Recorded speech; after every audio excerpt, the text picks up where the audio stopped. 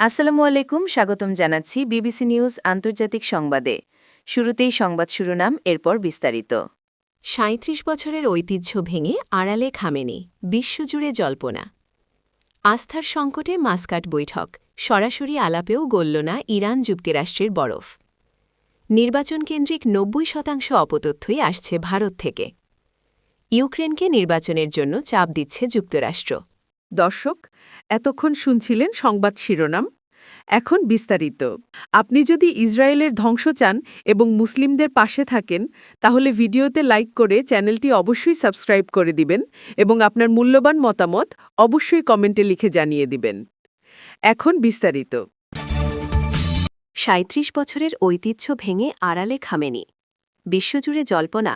মার্কিন হামলার হুমকির মুখে এবং পারস্য উপসাগরে ক্রমবর্ধমান উত্তেজনাপূর্ণ পরিস্থিতিতে ইরানের সর্বোচ্চ নেতা আয়াতুল্লাহ আলী খামেনি তার দীর্ঘ ৩৭ বছরের এক ঐতিহ্য ভেঙেছেন। ১৯৮৯ সালে ক্ষমতা গ্রহণের পর থেকে খামেনি প্রতি বছর ৮ ফেব্রুয়ারি বিমানবাহিনীর কমান্ডারের সঙ্গে বার্ষিক সাক্ষাতে মিলিত হতেন, এমনকি যা করোনা মহামারীর সময়ও বজায় ছিল।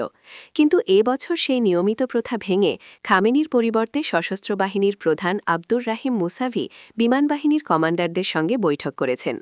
এই অনুপস্থিতিকে ঘিরে আন্তর্জাতিক মহলে ব্যাপক জল্পনা শুরু হয়েছে যে মার্কিন সামরিক হুমকির মুখে খামেনি হয়তো সরাসরি জনসম্মুখে আসা এড়িয়ে চলছেন অথবা জাতীয় নিরাপত্তার কোনো অতি গুরুত্বপূর্ণ বিষয়ে গভীরভাবে ব্যস্ত রয়েছেন। ১৯৭৯ সালের ৮ ফেব্রুয়ারি একদল বিমানবাহিনীর কর্মকর্তা রুহুল্লাহ খোমেনির প্রতি আনুগত্য প্রকাশ করে পাহালাভি রাজবংশের পতনে ভূমিকা রেখেছিলেন। সেই ঐতিহাসিক দিনটিকে স্মরণীয় করে রাখতেই প্রতি বছর এই বার্ষিক সাক্ষাতের আয়োজন করা হয়।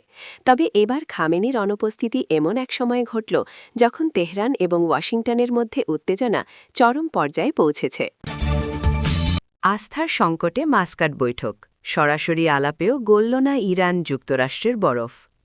ওমানের মাস্কাটে অনুষ্ঠিত ইরান ও যুক্তরাষ্ট্রের মধ্যকার উচ্চ পর্যায়ের আলোচনা কোনো চূড়ান্ত চুক্তিতে পৌঁছাতে না পারলেও খাদের কিনারে থাকা কূটনীতিকে নতুন করে অক্সিজেন দিয়েছে। গত শুক্রবার ৬ ফেব্রুয়ারি অনুষ্ঠিত এই বৈঠকটি ছিল গত বছরের জুন মাসে ইরানি পারমাণবিক কেন্দ্রে মার্কিন ইসরায়েলি হামলার পর দুই দেশের মধ্যে প্রথম সরাসরি ও উচ্চ পর্যায়ের সংযোগ। যদিও দুপক্ষই তাদের নিজ নিজ অবস্থানে অনড় ছিল, ইরান চেয়েছে কেবল পারমাণবিক বিষয় নিয়ে আলোচনা করতে, আর যুক্তরাষ্ট্র চেয়েছে ক্ষেপণাস্ত্র এবং আঞ্চলিক সশস্ত্র গোষ্ঠীগুলোর বিষয়কেও অন্তর্ভুক্ত করতে। তথাপি পরবর্তী বৈঠকের ব্যাপারে একমত হওয়াকে একটি ইতিবাচক সংকেত হিসেবে দেখা হচ্ছে। মাস্কাটের আলোচনার সবচেয়ে উল্লেখযোগ্য দিক ছিল আলোচনার টেবিলে সামরিক উপস্থিতির ছায়া। মার্কিন প্রতিনিধি দলে প্রথমবারের মতো ইউএস সেন্ট্রাল কমান্ডের কমান্ডার অ্যাডমিরাল ব্র্যাড কুপার পূর্ণ সামরিক পোশাকে উপস্থিত ছিলেন।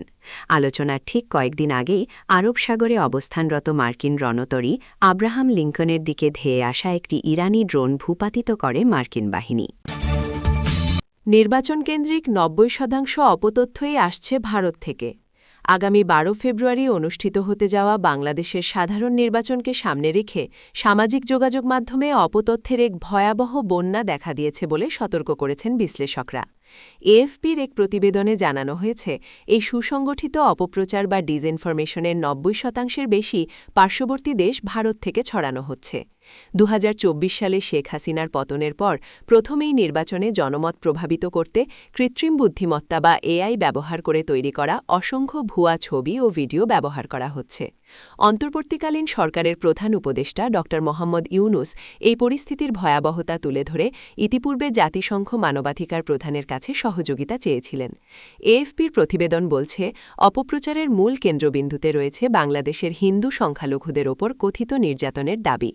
হিন্দু জেনোসাইড হ্যাশট্যাগ ব্যবহার করে আগস্ট ২০২৪ থেকে জানুয়ারি ২০২৬-এর মধ্যে এক্স সাবেক টুইটার প্ল্যাটফর্মে প্রায় ৭ লাখেরও বেশি পোস্ট করা হয়েছে। যুক্তরাষ্ট্রের center for the study of organized হেটের প্রধান রকিব নায়েক জানিয়েছেন, এই অপতথ্যের ৯০%ই ভারত থেকে তৈরি হয়েছে এবং বাকি অংশ যুক্তরাজ্য, যুক্তরাষ্ট্র ও কানাডায় থাকা হিন্দুত্ববাদী নেটওয়ার্ক থেকে ছড়ানো হয়েছে। ইউক্রেনকে নির্বাচনের জন্য চাপ দিচ্ছে যুক্তরাষ্ট্র। ইউক্রেনকে প্রেসিডেন্ট নির্বাচনের জন্য চাপ দিচ্ছে যুক্তরাষ্ট্র। প্রেসিডেন্ট ডোনাল্ড ট্রাম্পের নেতৃত্বাধীন প্রশাসনের দুজন উচ্চপদস্থ কর্মকর্তার বারাত দিয়ে এক প্রতিবেদনে এ তথ্য জানিয়েছে রয়টার্স।